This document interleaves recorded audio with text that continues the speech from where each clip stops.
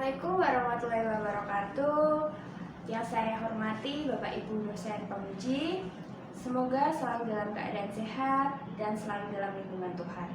Perkenankan saya Maulina Agatha Nurhanita, NPM 18133100661, ingin mempresentasikan hasil penelitian saya terkait pengaruh inklusi keuangan, perilaku kewirausahaan, dan inovasi terhadap kinerja UMKM pada UMKM di daerah istimewa Yogyakarta. Pada bagian pertama, saya akan menjelaskan terkait latar belakang permasalahan yang melatar belakangi saya mengambil judul skripsi tersebut. Poin pertama yaitu terkait jumlah UMKM yang semakin meningkat, tetapi permasalahan UMKM juga semakin beragam. Antara lain permasalahan terkait permodalan, pemasaran, kemampuan kewirausahaan. Kemudian pada poin kedua, diperparah dengan adanya UMKM yang sulit menjangkau fasilitas layanan dan produk perbankan. Padahal itu sangat penting bagi kinerja UMKM itu sendiri. Masyarakat umum menganggap bahwa perbankan itu bersifat eksklusif, hanya bisa dijangkau oleh masyarakat yang berpenghasilan tinggi atau pengusaha-pengusaha yang sudah berpenghasilan tinggi. Kemudian poin ketiga, pentingnya perilaku kewirausahaan dalam menjalankan usaha, karena setiap usaha tidak mesti akan naik terus, ada naik turun dalam usaha. Maka dari itu diperlukan perilaku kewirausahaan yang dapat membantu meningkatkan kinerja UMKM itu sendiri. Poin keempat yaitu inovasi. Di tengah persaingan bisnis yang sangat erat, maka diperlukan adanya inovasi atau pembaharuan baru untuk UMKM itu dapat bertahan dan memenangkan persaingan. Bagian selanjutnya saya akan menjelaskan terkait motivasi penelitian saya. Yang pertama, adanya fakta bahwa berdasarkan data Bapeda, UMKM di daerah istimewa Yogyakarta itu jumlahnya meningkat. Namun pada laporan perekonomian justru penyaluran kredit terhadap UMKM itu menurun. Kedua, terdapat penelitian terdahulu yang tidak konsisten. Ketiga, yaitu perluasan sampel. Jika sebelumnya penelitian itu hanya dilakukan dalam satu kota, maka dalam penelitian ini saya memperluas sampel itu menjadi 5 kota di daerah istimewa Yogyakarta. Pada bagian kajian teori. Nah, pada penelitian ini menggunakan beberapa teori. Yang pertama ada teori perilaku berencana, atau teori ini dipengaruhi oleh sikap, norma subjektif, dan kontrol perilaku, di mana seseorang akan melakukan sesuatu itu didasarkan dari niat untuk mencapai tujuan tertentu. Di sini dalam pelaku UMKM, dia akan merespon setiap masalah dengan respon positif dan negatif. Kemudian dia akan memutuskan perilaku yang akan dilakukannya untuk mencapai tujuannya. Kemudian teori yang kedua adalah teori sumber daya, yaitu setiap usaha pasti memiliki sumber daya internal yang dapat dimanfaatkan, yang tentunya sumber daya itu berbeda dengan sumber daya yang dimiliki usaha lain. Kemudian dalam penelitian ini menggunakan teori UMKM itu yang berasal dari aturan PP UMKM nomor 7 tahun 2021 tentang penentuan kriteria UMKM. Selain itu, penelitian ini juga menggunakan teori perilaku kewirausahaan, inklusi keuangan, dan inovasi. Kemudian, kerangka berpikir dalam penelitian ini menghubungkan antara inklusi keuangan yaitu X1, perilaku kewirausahaan yaitu X2, dan inovasi yaitu X3 berpengaruh terhadap atau berhubungan terhadap kinerja UMKM adalah Y.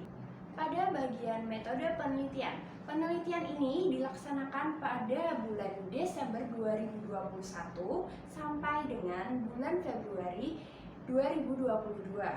Penelitian ini dilaksanakan di UMKM di daerah istimewa Yogyakarta.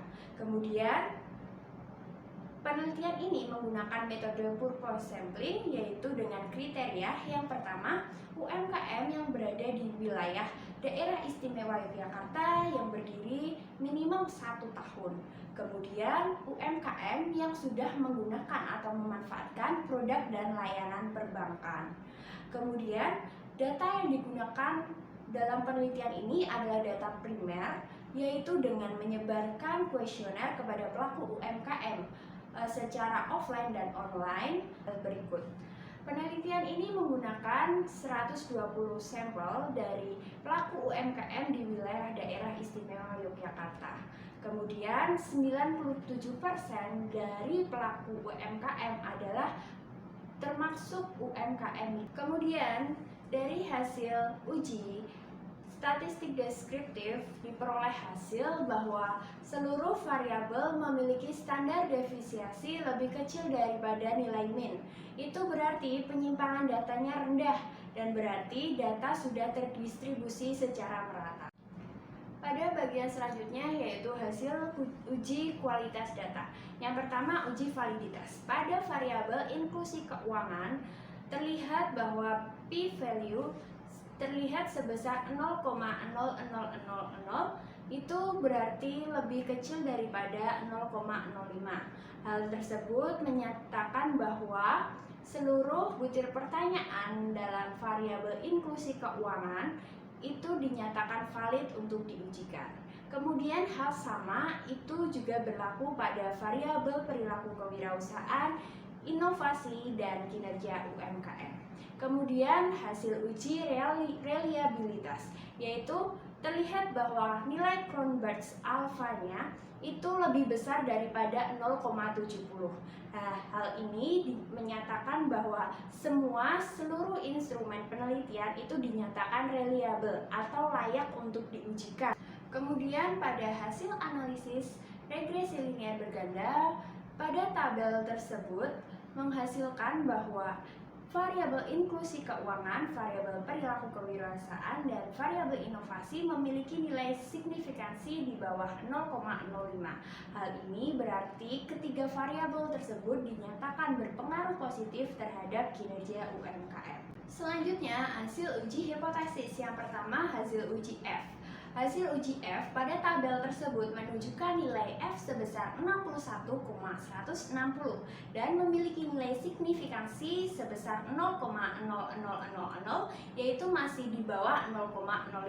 Hal ini menunjukkan bahwa model penelitian adalah layak. Uji yang kedua adalah uji T. Pada tabel tersebut menunjukkan nilai signifikansi sebesar 0,00000, yaitu lebih kecil dari 0,05 dan memiliki beta yang bernilai positif. Hal itu berarti variabel inklusi keuangan, variabel perilaku kewirausahaan, dan variabel inovasi berpengaruh positif terhadap kinerja UMKM. Dan yang ketiga adalah uji koefisien determinan, yaitu menunjukkan hasil sebesar 0,603 atau sebesar 60,3%. Variabel kinerja UMKM dijelaskan oleh ketiga variabel, yaitu inklusi keuangan, variabel perilaku kewirausahaan, dan variabel inovasi. Dan sebesar 39,7% dijelaskan oleh variabel lain di luar model penelitian. Bagian terakhir yaitu keterbatasan saran dan tindak lanjut. Yang pertama, penelitian ini memiliki keterbatasan sampel yang masih terbatas. Jumlah pada masing-masing kriteria UMKM-nya belum rata. Didominasi UMKM dengan kriteria mikro. Yang kedua, variabel dalam penelitian ini juga masih terbatas. Saran untuk pelaku UMKM adalah selalu update terhadap informasi terbaru dan sering melakukan pelatihan serta mengikuti sosialisasi yang terkait dengan UMKM. Yang kedua, untuk perusahaan perbankan yaitu memperluas jangkauan untuk produk dan layanan perbankan. Yang ketiga, untuk pemerintah yaitu mempermudah akses dan layanan perbankan. Kemudian tindak lanjut untuk penelitian selanjutnya, yang pertama adalah perluasan sampel, yang kedua adalah penambahan variabel, yang ketiga adalah penggunaan metode lain dalam penelitian sehingga dapat menambah variasi data. Demikian presentasi hasil penelitian saya. Kurang lebihnya mohon maaf. Wassalamualaikum warahmatullahi wabarakatuh.